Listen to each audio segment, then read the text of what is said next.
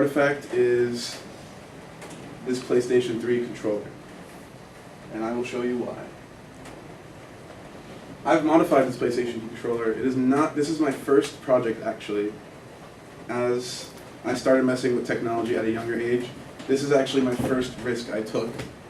And what I did was, I actually modified the controller from the standard. This is the standard controller. Even when you turn it on, this is exactly what it looks like. But what the modification I did is when you turn it on, it actually has a light that changes colors on the middle button right there. And that required soldering, wiring, purchasing of an LED light, finding out the leads, the negatives, the positives.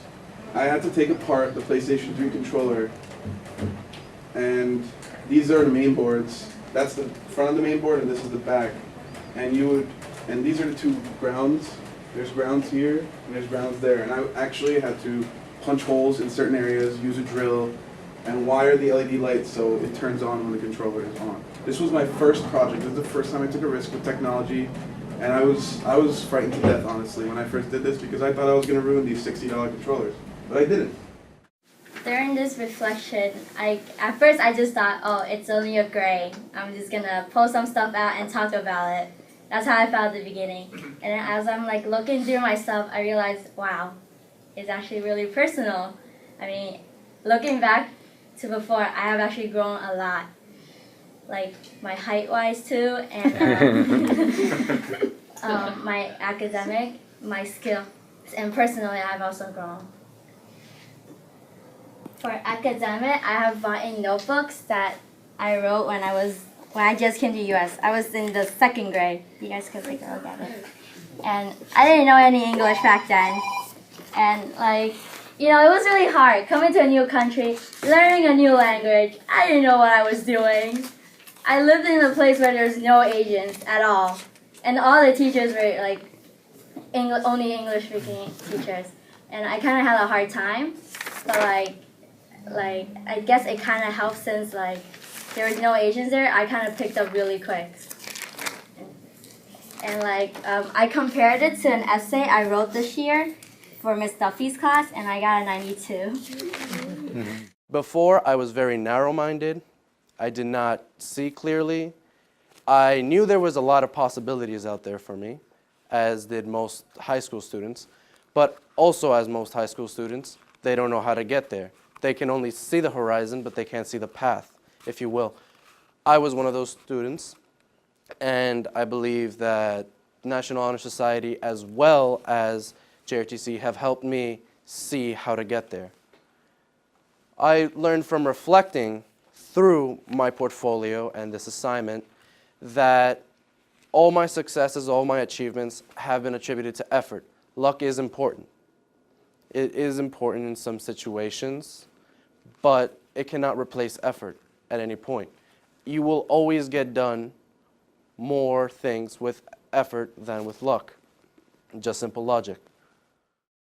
My thing that I love more than anything, ever since I was a little kid, was storytelling. I love stories, whether it be in books or in film. And storytelling in general, is a communal act. Throughout human history, people would gather at a fire or at a tavern, and they'd tell stories. One person would chime in, and then another, and then someone else might repeat the same story, but with just a different spin. Storytelling is a collective process. Now, that might sound great, but I didn't come up with that quote. I might be biased. I agree with the quote. It is from Joseph Gordon-Levitt, who is one of my inspirations to become an actor. And like I was saying, I agree with the quote. The story of Francis Lewis, the story of this world, the story of human history is an anthology of our lives. And today I'd like to read you just one chapter from that anthology, if I may. I chose this book, Looking for Alaska, because it really says so much in just so little pages. It's about this guy, Miles Halter, he has a thing for famous last words. And one of the famous last words that drive this story was, how do I get out of this labyrinth? Well, if it goes...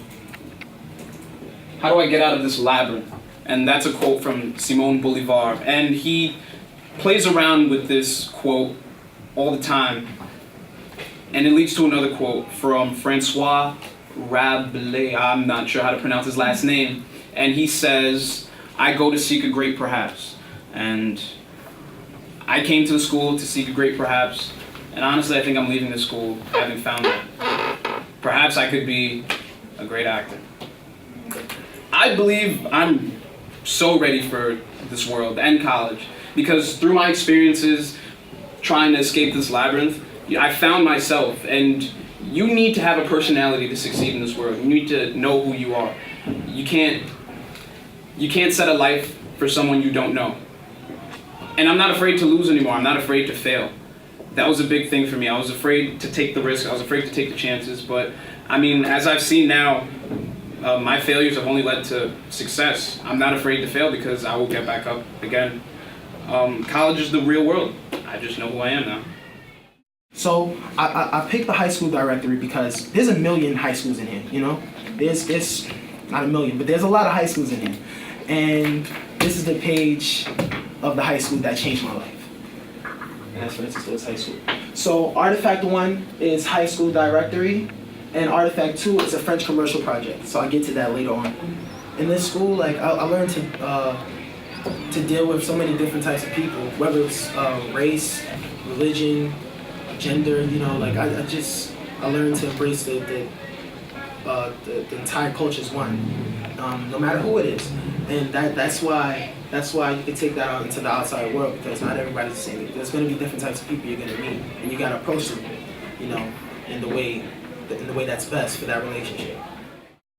It prepares you for college because when you look back, it teaches you what like you could use in the future, and it just kind of brings to light a lot of things. If they're in college and they realize that they have low grades, they could look back and they could realize what they have done to get those higher grades and then use that in college. When I was in 5th grade, I saw Francis Lewis marching the battalion. And my dad was patrolling that time. He was in his police officer uniform. He would tell me, I want you to be in that uniform. But yeah, I will miss the school because the JRTC, Forensic Academy, I've come to love so much teachers, my math teachers, my science teachers, my English teachers. They really motivated me. They really inspired me. And I never got that type of motivation or inspiration when I was in middle school or in elementary school. Like high school really impacted me a lot. Life can only be understood backwards, but it must be lived forwards. I think this quote means that you can only understand the value in the things you've done by looking back in your life. And you can then see what you've actually done and what you've accomplished. And this brings us to the senior portfolio that I've done, because that's what this project was all about. Looking back and understanding the things you've done.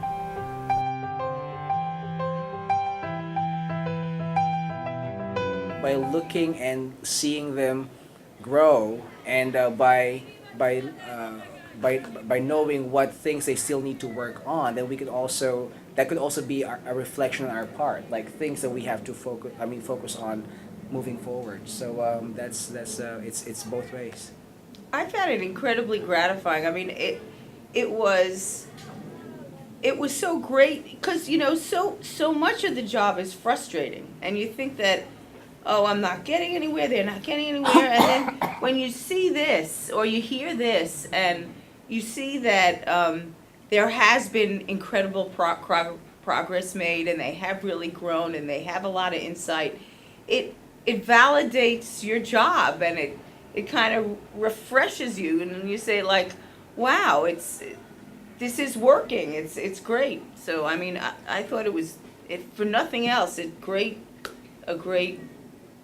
motivator for teachers or validation. It was terrific. I was skeptical of this at the beginning, I must admit. Which is why I said I think this is her question, Bonnie. Totally that this is a wonderful thing. In Niddy's class, I haven't done it with my kids yet, but in Niddy's class I saw a student who never said boo ever to anybody. All of a sudden got up and sang in front of the class, and in a gorgeous voice. and she couldn't talk. She couldn't do the presentation of anything that had to be spoken because she was so shy. But the minute she put it into words and sang it, it was like she was a different person. And that, that was an eye-opening experience for both of us, because we talked about that one afterwards. I think any teacher who sits on a panel would really be inspired. I think I would bet I would put money in it. Like any teacher, no matter how skeptical that teacher is. Yep. When he or she sits down that panel, that teacher will be blown away. Because Angela thanked me actually, because I had Angela. It's like, thank you for this opportunity, because she said she really learned a great deal about the kids. Things, I mean, she had several of them freshman year, and she really didn't realize that the amount of growth that actually took place from freshman year to senior year. So.